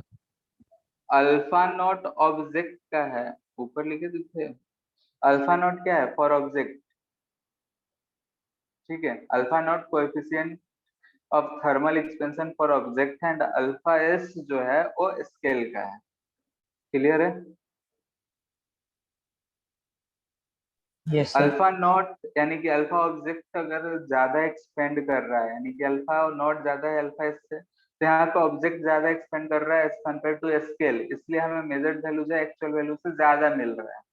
जैसे एग्जांपल में ये 3 मीटर का हमारे पास ऑब्जेक्ट था, रीडिंग यहाँ पे 2 पॉइंट समथिंग ही मिल रहा है, यानी कि जो मेजर्ड वैल्यू है वो 3 से कम है, यानी कि कौन सा केस है? ये वाला केस है, ठीक है। यानी कि इसमें स्केल का एक्सपेंशन जो है ऑब्जेक्ट के एक्सपेंशन से ज्यादा हो जा रहा है। क्लियर है? Yes sir. यस ये तो था स्केल से रिलेटेड। पेंडुलम,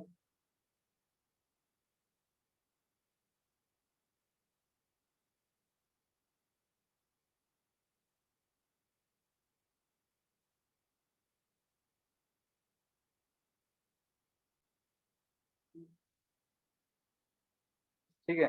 घड़ी में वो जो घंटा लगा हुआ रहता है, पेंडुलम जो करता होता है, तो उसका जो टाइम पीरियड होता है, टाइम पीरियड तो हम लोग जानते हैं कितना होता है, 2 पाई अंडर रूट L/g होता है ना। ये सब तो सिस्टम में निकाल चुके हैं हम लोग, यस ठीक है। ये अगर ऐसे स्विंग करता है तो ये होता है time period 2 pi under root L/g। ये सब तो ठीक था, एकदम मजे में चल रहा है, घड़ी एकदम समय से ही चल रहा है। मान लेते हैं कि इसे हम बनाए थे ठंडे के दिन में, आ गया गर्मी का दिन, यानी टेम्परेचर हो गया ज्यादा। तो यहाँ पे अगर हम बोले कि इफ टेम्परेचर इंक्रीजेस, तो हमें क्या मिलेगा अगर टेम्परेचर बढ़ जाएगा तो? क्या इफेक्ट पड़ेगा इस टाइम पीरियड पे? जी पे तो कोई इफेक्ट पड़ने से रहा, जी तो कांस्टेंट है। सर बढ़ जाएगा। लेंथ जो है इंक्रीज करेगा। Yes sir. टाइम पीरियड क्या होगा? बढ़ जाएगा। टाइम पीरियड बढ़ेगा तो घड़ी का क्या हाल होगा?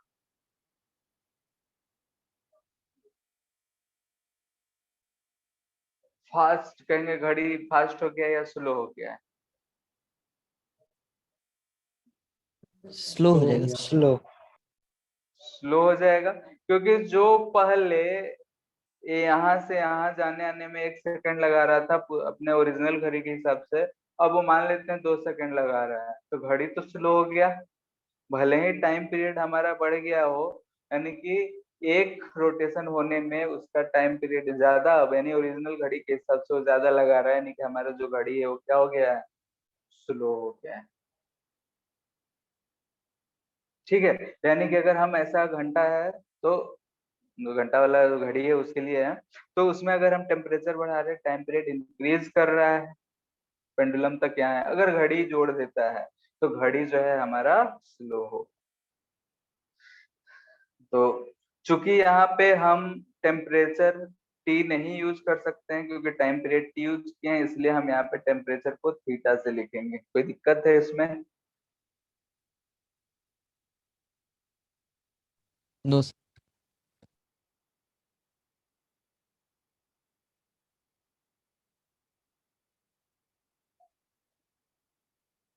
ठीक है, टी डैश जो है let's say final time period है, तो टी डैश बाई टी, चूंकि हमें दिख रहा है कि T is directly proportional to under root L है, क्योंकि 2 पाई और जी तो कांस्टेंट है, यानी कि हम यहाँ से बोल सकते हैं T dash by T is equal to under root L dash by L होगा। एल डैश बोल रहे हैं नहीं फाइनल टेम्परेचर पे, यानी कि इससे हम क्या लिख सकते हैं, L into 1 + alpha delta T divided by L. कोई दिक्कत? तो यहाँ से जो फाइनल टाइम पीरियड हमें मिल रहा है वो initial time period T into, इसे हम यहाँ पे एक लाइन और बढ़ा रहे हैं, क्या लिख सकते हैं, सर वहाँ पे डेल्टा 1, थीटा होगा। अच्छा हाँ सॉरी,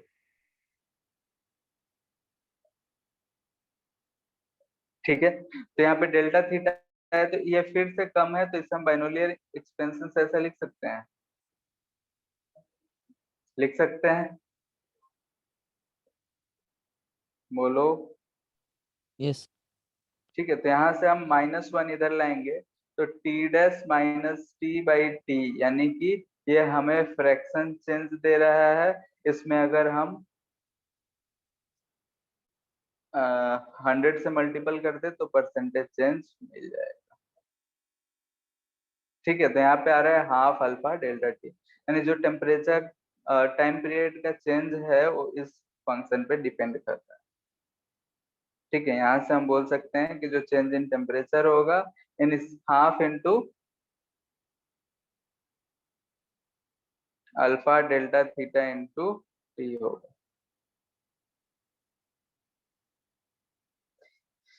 यहाँ केसेस देख लो। ठीक है, टेम्परेचर हम बढ़ा रहे हैं, डेल्टा थीटा ग्रेटर यानी कि हीटिंग का केस है। हीटिंग अगर होगा तो हमें क्या दिख रहा है, ये टी डेल्टा टी यानी टी डैश माइनस टी है, तो T dash greater than T है, टाइम पीरियड बढ़ जा रहा है, यानी कि यहाँ पे हम दिख रहा है कि टाइम पीरियड जो है वो इंक्रीजेस है, यानी कि घड़ी क्या होगा, स्लो होगा। ठीक है, वही अगर हम थीटा लेस देन 0 कर दें, यानी कि टेम्परेचर को हम क्या कर रहे हैं, घटा रहे हैं, कूलिंग का केस होगा, कूल करेंगे तो हमें जो फाइनल टाइम पीरियड मिलेगा कम मिलेगा, यानी कि टाइम पीरियड दिख रहा है कि ये डिक्रीज हो रहा है, यानी कि इसके केस में घड़ी जो होगा वो क्या होगा, फास्ट होगा।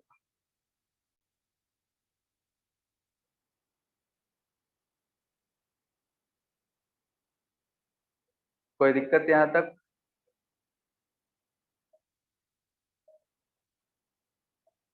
नो। ठीक है, fourth, variation of density with temperature.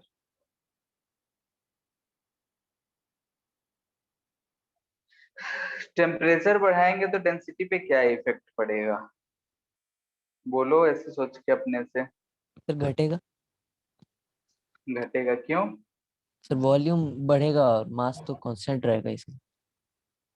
ठीक है, कर सकते हो, सही है। और कोई रीजन? Intermolecular space.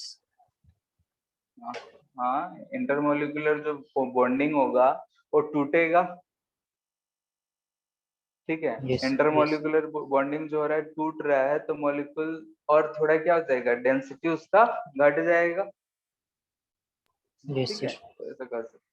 तो जनरली हम क्या बोल रहे हैं, ड्रो जो होता है मास अपॉन क्या होता है, वॉल्यूम होता है। मास जो होता है ये कांस्टेंट रहेगा, टेम्परेचर पे तो डिपेंड नहीं करता है। और वॉल्यूम जो है इंक्रीजेज विथ टेम्परेचर है। ठीक है, तो अगर हम टेम्परेचर बढ़ाते हैं तो हमें क्या मिल रहा है कि ये जो होगा डिक्रीजेज विथ टेम्परेचर। ठीक है, विथ टेम्परेचर लिखने का मतलब है विथ इंक्रीज इन टेम्परेचर। ठीक है, ये बात तो सबको क्लियर है कि अगर हम डेंसिटी की बात करें तो मास पर यूनिट वॉल्यूम, मास जो होता है टेम्परेचर पे डिपेंड नहीं करता है। टेम्परेचर बढ़ाएंगे वॉल्यूम बढ़ेगा। वॉल्यूम अगर बढ़ रहा है तो हम डेंसिटी के बारे में क्या कर सकते हैं, तो डेंसिटी हमारा मास पर यूनिट वॉल्यूम है, इनवर्स है वॉल्यूम का, तो डेंसिटी ऑफ कोर्स घट रहा होगा। कितना घट रहा होगा भाई, तो भी निकाल लेते हैं क्या जाता है। तो हाँ, हम जानते हैं कि डेंसिटी जो होता है मास अपॉन वॉल्यूम होता है। ठीक है, तो अगर हम रो नॉट की बात करें तो ऐसा होगा, अगर हम टेम्परेचर बढ़ा दिए हैं तो रो इक्वल टू क्या लिख सकते हैं, मास मास ही रहेगा, वॉल्यूम हो जाएगा हमारा not 1 plus gamma delta T. Gamma इसलिए क्योंकि वॉल्यूम इंक्रीज कर रहा है। कोई दिक्कत?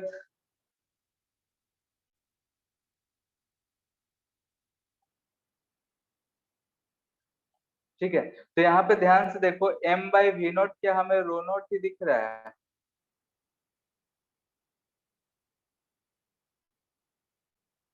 यही होगा। ऑल्सो नीचे वाला वैल्यू दिख रहा है कि बढ़ रहा है, तो ऑफ कोर्स रो घट रहा होगा।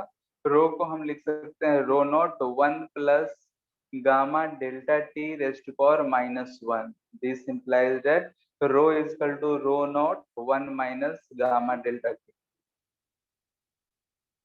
ठीक है, यानी कि हमने इसमें ये जो है अप्रोक्सीमेशन यूज हुआ है, इसमें अप्रोक्सीमेशन हमने यूज नहीं किया है। ठीक है,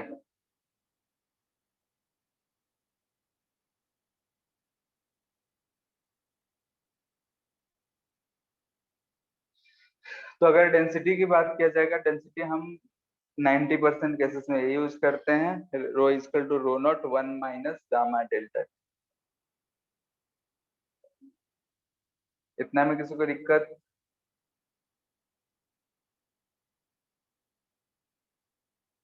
बोलो। No sir.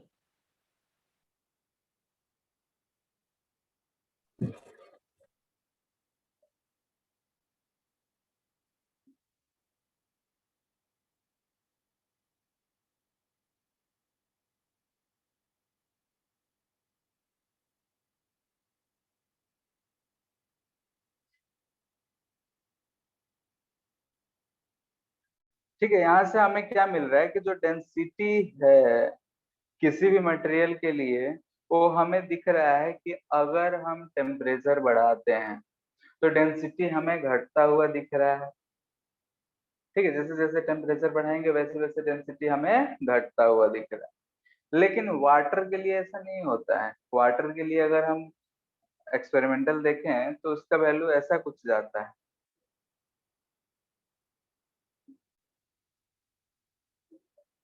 ठीक है, इधर हम डेंसिटी है, इधर टेम्परेचर। यहाँ दिख रहा है कि जैसे जैसे टेम्परेचर हम घटा रहे हैं तो डेंसिटी बढ़ता बढ़ता बढ़ता जा रहा है एक मैक्सिमम वैल्यू तक, और अगर हम उसके बाद भी घटा रहे हैं तो फिर डेंसिटी घट भी रहा है।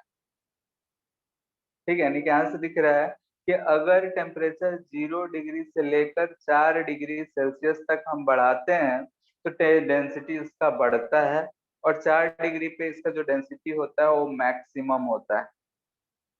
जो मैक्सिमम होता है वही 1 ग्राम पर सीसी के आसपास होता है, और जो मिनिमम होता है वो 0.98 समथिंग होता है।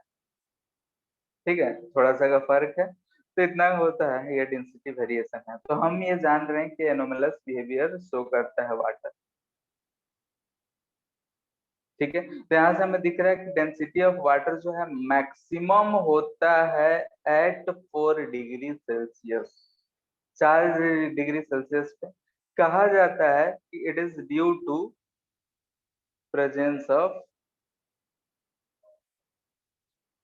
H2O, H2O whole twice and H2O whole thrice. ये सब वाटर के कुछ कंपोनेंट्स हैं जो मौजूद होते हैं, जैसे जैसे इन सारे की वजह से जो है डेंसिटी में ऐसा वेरिएशन आता है। और बोला जाता है कि हाइड्रोजन बॉन्डिंग होता है, केज लाइक स्ट्रक्चर फॉर्म करता है, बीच में वैकेंसी रह जाता है आइस में, तो इसलिए उसका डेंसिटी जो होता है और कम जाता है। ठीक है, तो खैर अलग बात है, केमिस्ट्री में पढ़ोगे हाइड्रोजन बॉन्डिंग, वहाँ केज लाइक स्ट्रक्चर पढ़ोगे तो सब चीज क्लियर होगा थोड़ा बहुत। फिलहाल के लिए यहाँ पे ये सब मॉलिक्यूल्स मौजूद होता है, इसलिए हम ऐसा कह रहे हैं। क्लियर है? Yes sir. अब ये होने से एक फायदा और है कि इससे क्या होता है, due to this ice formation on water starts from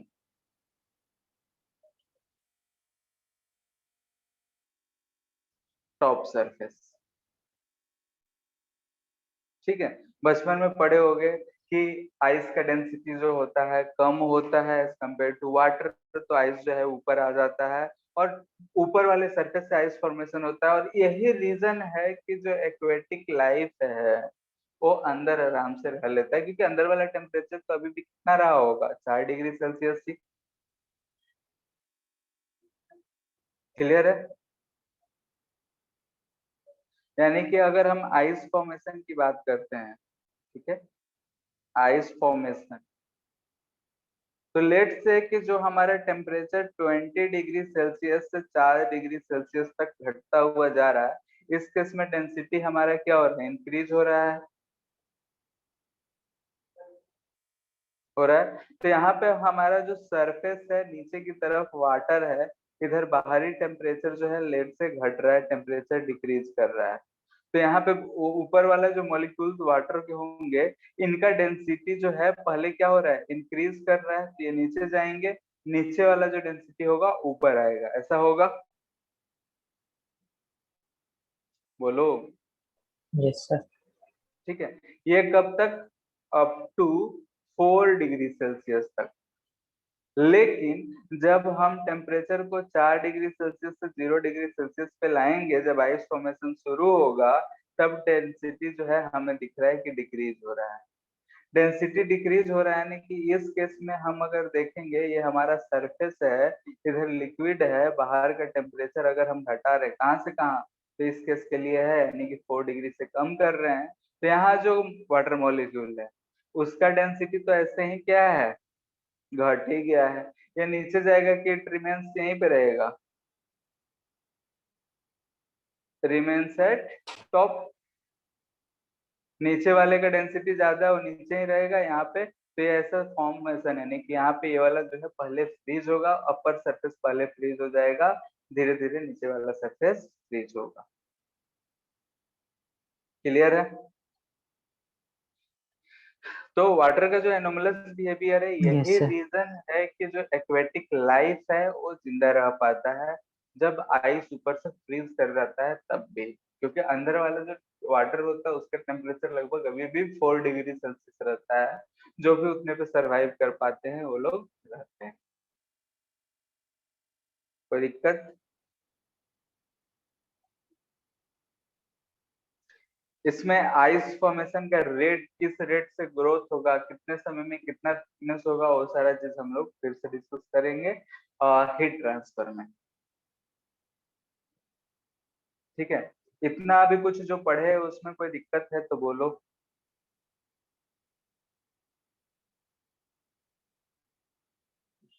किसी को नहीं है? नो।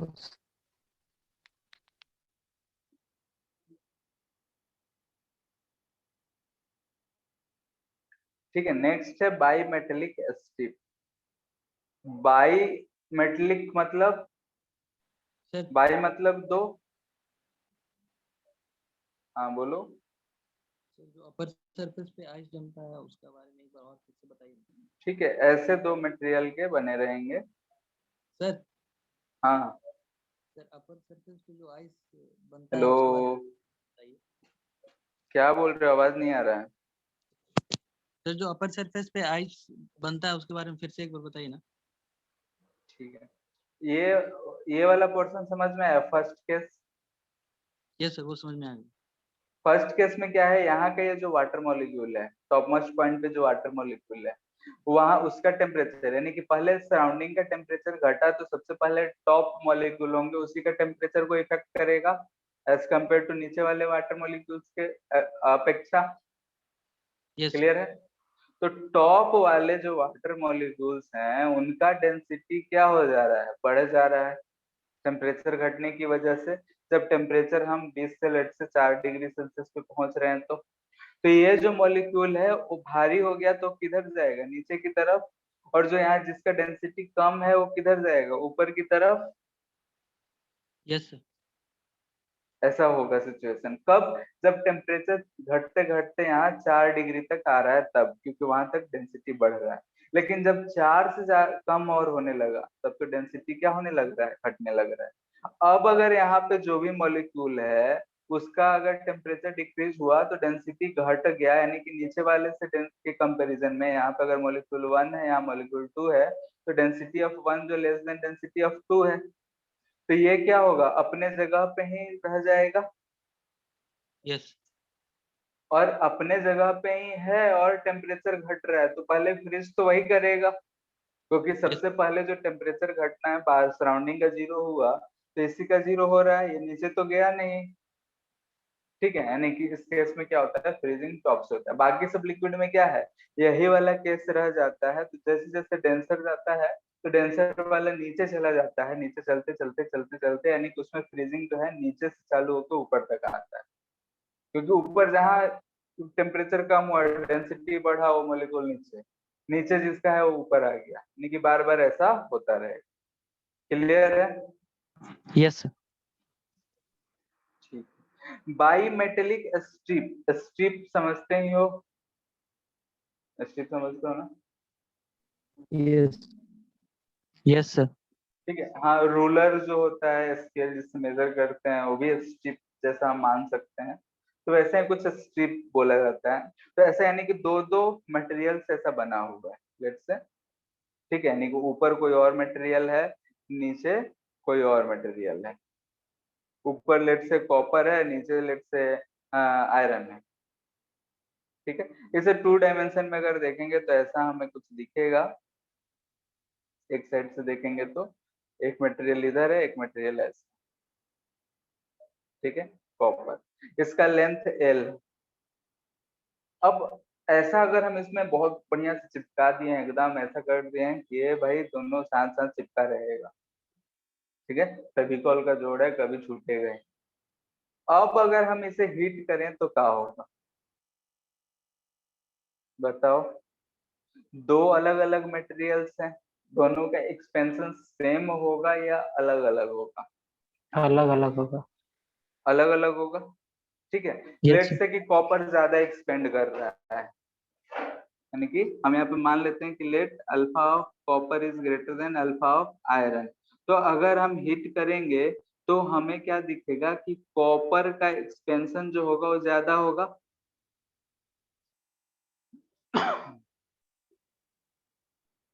होगा।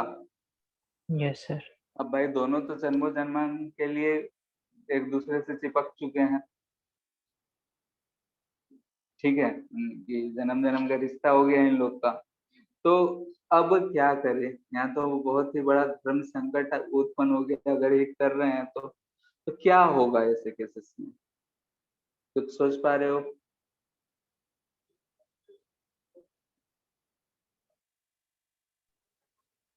बोलो। कॉपर का थिकनेस कम हो जाएगा। थिकनेस क्यों कम होगा, थिकनेस ऐसे ही स्ट्रिप पे बहुत कम रखते हैं हम लोग। ऊपर वाले का लेंथ ज्यादा बड़ा होना है एज कम्पेयर टू नीचे वाला। ठीक है, तो ये तो अब यहाँ से छूट के इस वाले पोर्शन से आगे निकल नहीं सकता है, तो क्या होता है कि ज्यादा एक्सपेंशन के लिए ऐसा नीचे वाले को क्या करता है, वो प्रेस करके ऐसा टेढ़ा कर देता है। ठीक है, ऊपर वाले का लेंथ और नीचे वाले का लेंथ में कंपेयर करोगे तो किसका ज्यादा होगा? ऊपर वाले से। अगर हम ये लेंथ L1 बोलते हैं और ये लेंथ L2 बोलते हैं, तो L1 जो होगा ग्रेटर देन L2 होगा, यानी कि ये जो संकट था ये पूरा हो गया। ठीक है, तो ऐसे ही दो स्ट्रिप अगर हम एक के ऊपर एक लगाए हैं और टेम्परेचर चेंज करते हैं, तो एक जो लंबा यानी कि जो भी ज्यादा इलोंगेट होने वाला रहेगा, वो क्या करता है, नीचे वाले को फोर्स लगा के उसको बेंड कर देता है। ठीक है, तो ऐसा सिचुएशन ये उत्पन्न हो जाता है। ठीक है, तो ऐसा बेंडिंग होता है। इसके यूज कहाँ होता है? यूजेस बहुत जगहों पे है। ठीक है, एक तो सबसे ये एमसीबी जो होता है, एमसीबी एमसीबी बोलते हैं ना, वो जो ट्रिप हो जाता है वोल्टेज अप डाउन होने से, एमसीबी तो कहते हैं। Yes sir. ठीक है, हाँ एमसीबी कहते हैं, उसमें यूज होता है। ठीक है, उसमें क्या होता है, कभी कभी जैसे बहुत तेजी से अगर करंट आ रहा है, तो ऐसा बायोमेट्रिक स्ट्रिप है, यहाँ पे एक वायर होता है, इधर एक वायर होता है, यहाँ पे ऐसा ये लगा होता है। ठीक है, करंट इससे हो के ऐसा हमारे लाइव वायर में घर में जा रहा होता है। जब हीट बहुत ज्यादा होगा तो क्या होगा, फ्यूज वाला जो है उसमें तो हम लोग जानते हैं कि वो पिघल जाता है, कनेक्शन टूट जाता है। इसमें क्या होता है कि ये जो स्ट्रिप है ये गर्म हो जाता है, एक्सपेंड करता है, एक्सपेंड करके ये स्ट्रिप ऐसा कुछ हो जाता है। यानी कि यहाँ पे ऐसा स्ट्रिप था, करंट आराम से पास हो रहा था, अब स्ट्रिप ऐसा हो गया, बेंड कर गया।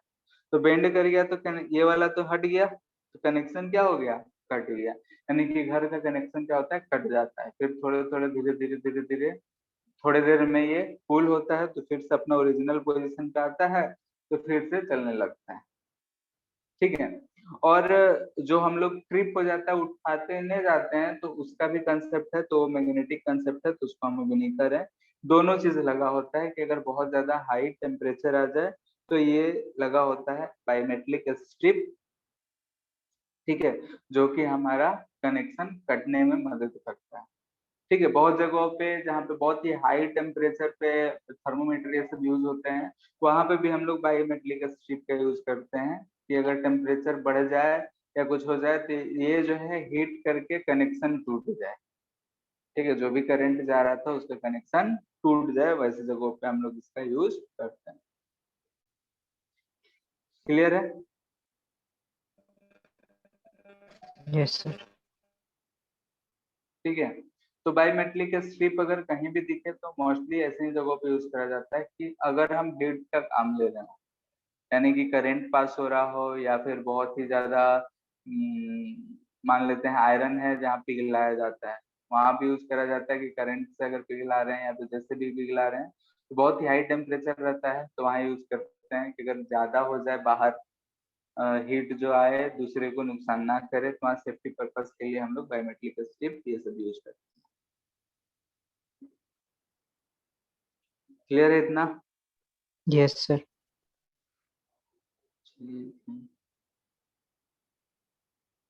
इसके बाद है थर्मल स्ट्रेस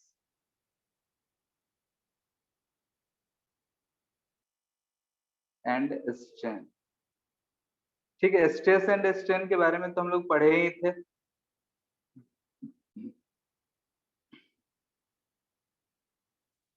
पढ़े थे ना? Yes sir. यस यहाँ पे हम लेट से कि ऐसे दो वाल है या फिर कोई भी सर्कस है, इसके बीच में ऐसा एक रॉड। ठीक है, अब अगर हम इसका टेम्परेचर बढ़ाते हैं, ठीक है, इफ टेम्परेचर इंक्रीजेस तो क्या होगा,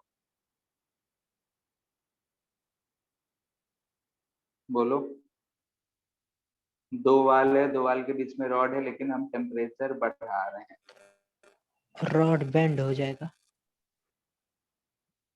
ठीक है, बेंड होगा, अगर बहुत ज्यादा हुआ तो बहुत, मतलब उतना ज्यादा अगर नहीं एक्सपेंशन है तो क्या होगा, अगर ये रॉड ये नहीं होता तो ऐसा कुछ रॉड का लेंथ होना चाहिए था। Yes sir. ठीक है, ये लेंथ कितना होना चाहिए था, L nought one plus alpha delta t, ये होना चाहिए था। लेकिन एक्चुअली में ये लेंथ कितना रह जा रहा है, एल नॉट टी। हम यहाँ बेंडिंग को एज्यूम नहीं कर रहे हैं फिलहाल कि बेंड नहीं हो रहा है। ठीक है, बहुत ज्यादा जब एक्सपेंशन हो जाता है तो बेंड कर जाता है, लेकिन हम बेंडिंग को निग्लेक्ट कर रहे हैं। ठीक है, तो यस यहाँ पे सर। क्या होगा कि फाइनली हमारा यही रह जा रहा है। एक्चुअली में ये अगर टेम्परेचर इंक्रीज करे तो ये लेंथ होना चाहिए, लेकिन यही लेंथ हो जा रहा है। ठीक है, यानी कि तो वैसा ही सिचुएशन है कि ये इतने लेंथ का अगर हम रॉड ले रहे हैं, दोनों तरफ से फोर्स लगाएं तो उसको हम कंप्रेस करके इतना कर दिए, तो इतना कर दिए तो क्या यहाँ पे हमें दिख रहा है कि देयर इज अ स्ट्रेस।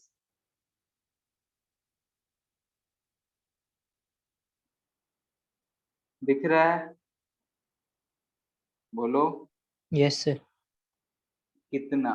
तो यहाँ से हमें दिख रहा है कि इसके दोनों एंड पे ऐसे फोर्स एफ लग रहा होगा, यानी कि एफ बाई जो भी क्रॉस सेक्शनल एरिया होगा वही हमारा स्ट्रेस होगा।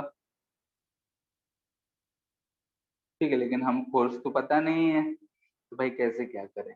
तो यहाँ पे एक चीज और दिख रहा है कि स्ट्रेन, स्ट्रेन हमें क्या दिखता है, change in configuration upon original configuration. Yes तो सर। चेंज इन कॉन्फ़िगरेशन यानी delta L by L. Delta L कितना लेंगे यहाँ पे,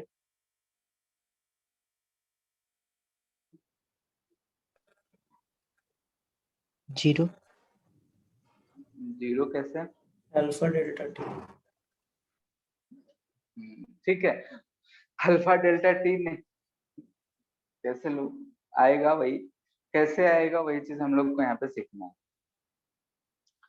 एक्चुअली में हमें सिचुएशन क्या मिलेगा कि पहले भी वो एल नॉट लेंथ ही था, बाद में भी एल नॉट लेंथ ही है। क्लियर है, लेकिन हमें क्या एज्यूम करना है कि जब टेम्परेचर बढ़ाए तो हमें ऐसा सिचुएशन है, यानी कि हम जब लिखेंगे तो डेल्टा एल यहाँ पे अगर हम लिख रहे हैं यानी कि L final minus L initial upon L initial, यही लिखते हैं। Yes sir. ठीक है, तो एल फाइनल हम इसे क्या कहेंगे, इट इज इनिशियल कंडीशन, और यहाँ पे हम प्रेस करके ये जो है हमारा क्या हो जाएगा, फाइनल कंडीशन। ठीक है, ये होगा इनिशियल कंडीशन। तो यहाँ पे हम क्या लिखेंगे, एल फाइनल कितना है, L not minus L nought one plus alpha delta T divided by L nought one plus alpha delta T. Clear है, तो यहाँ से अगर सॉल्व करोगे तो एल नॉट कॉमन लेके कट जा रहा है, ऊपर बच रहा है minus alpha delta T divided by one plus alpha delta T, यही बच रहा है।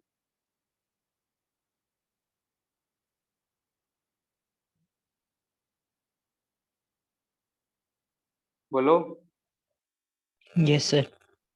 ठीक है, ये जो वैल्यू है ये हम लोग जैसे एडवांस सब में क्वेश्चन पूछता है तो ये वाला हमको यूज करना पड़ता है।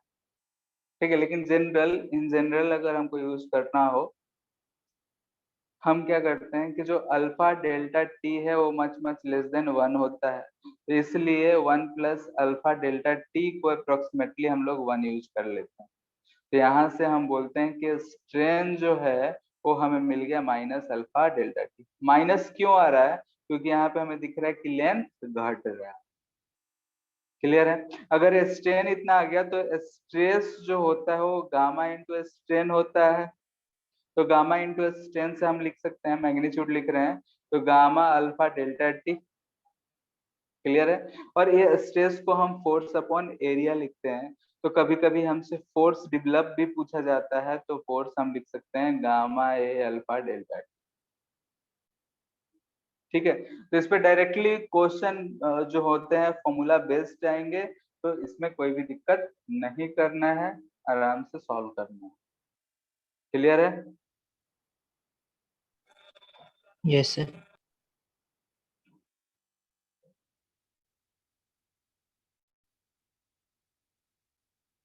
गामा है ये और अल्फा है।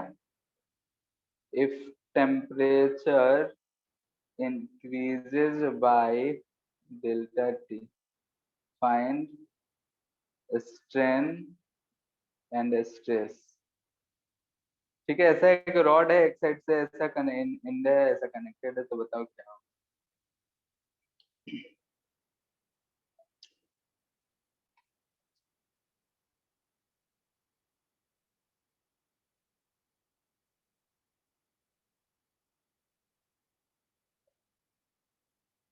सर वो जनरल फॉर्मूला से बनाएंगे। हाँ, जैसे भी बनाना है बनाओ।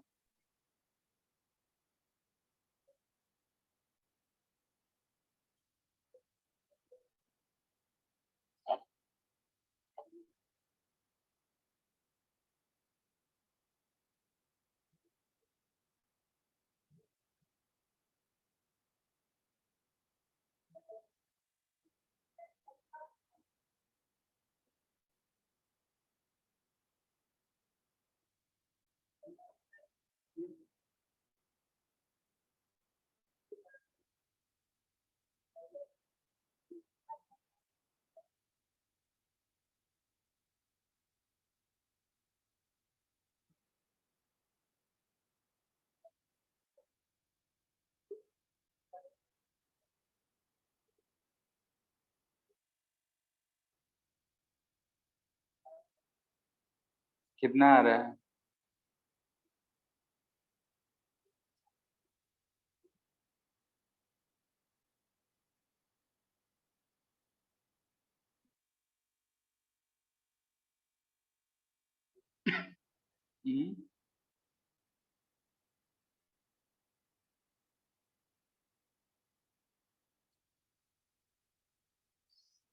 बहुत इजी सवाल है। अच्छा, इसमें रीस्टोरिंग फोर्स कितना डेवलप हो रहा है?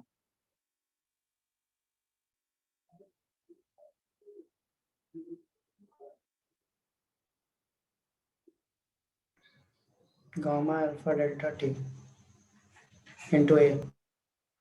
रीस्टोरिंग फोर्स कितना डेवलप हो रहा है ये पूछे।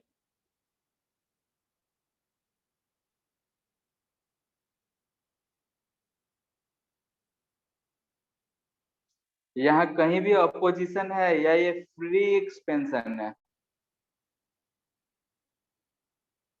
बोलो।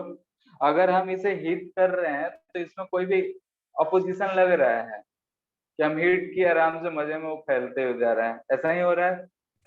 Yes sir. तो इसमें रीस्टोरिंग फोर्स होगा क्या?